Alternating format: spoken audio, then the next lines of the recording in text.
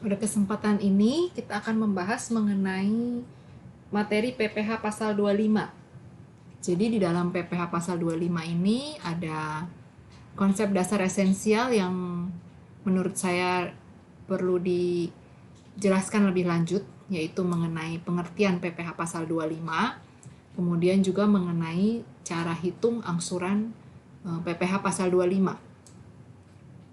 Jadi untuk pengertian PPh pasal 25 ini adalah biasa dikenal sebagai angsuran pajak gitu ya. Jadi angsuran PPh yang harus dibayar sendiri oleh wajib pajak untuk setiap bulan pada tahun berjalan.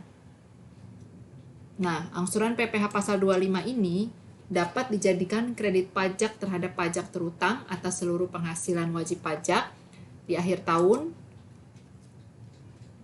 pajak yang dilaporkan di dalam SPT tahunan PPh.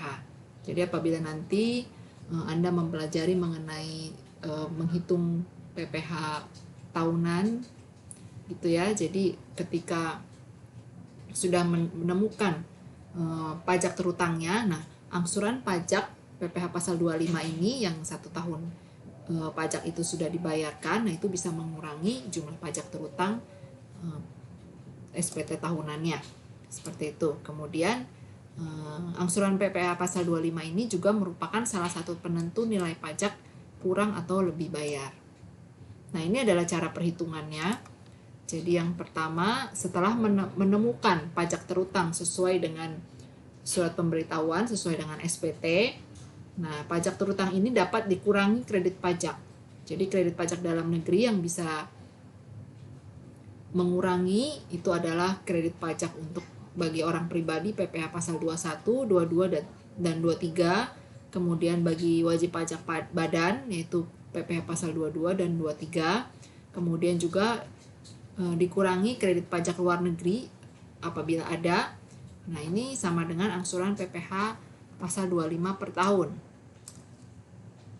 Kemudian angsuran PPh pasal 25 per tahun ini dibagi 12 untuk mendapatkan angsuran PPh pasal 25 per bulannya. Nah, ini adalah contoh perhitungannya supaya lebih jelas mengenai cara menghitung angsuran PPh pasal 25. Jadi di sini dicontohkan bahwa pajak penghasilan yang terutang berdasarkan surat pemberitahuan tahunan pajak penghasilan adalah 50 juta. Jadi dalam SPT tahunan terdapat pajak terutang 50 juta. Kemudian dari 50 juta ini bisa dikurangi dulu dengan kredit pajaknya. Jadi untuk kredit pajaknya diketahui PPh pasal 21 15 juta, kemudian PPh pasal 22 15 juta, kemudian PPh pasal 23 2.500.000 dan PPh pasal 24 7.500.000. Jadi ditotalkan kredit pajaknya adalah 35 juta. Nah, diperoleh selisih dari 50 juta ini dikurangin 35 juta, selisihnya adalah 15 juta.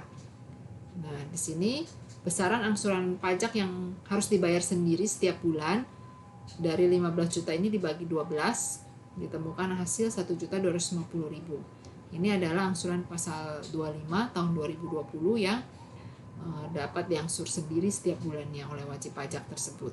Jadi yang perlu diperhatikan di sini, kredit pajak yang dikurangi adalah yang dipotong oleh pihak ketiga ketika ingin mencari angsuran PPh pasal 25. Jadi kredit pajak di sini kredit pajak yang dipotong oleh pihak ketiga atau dipungut oleh pihak ketiga.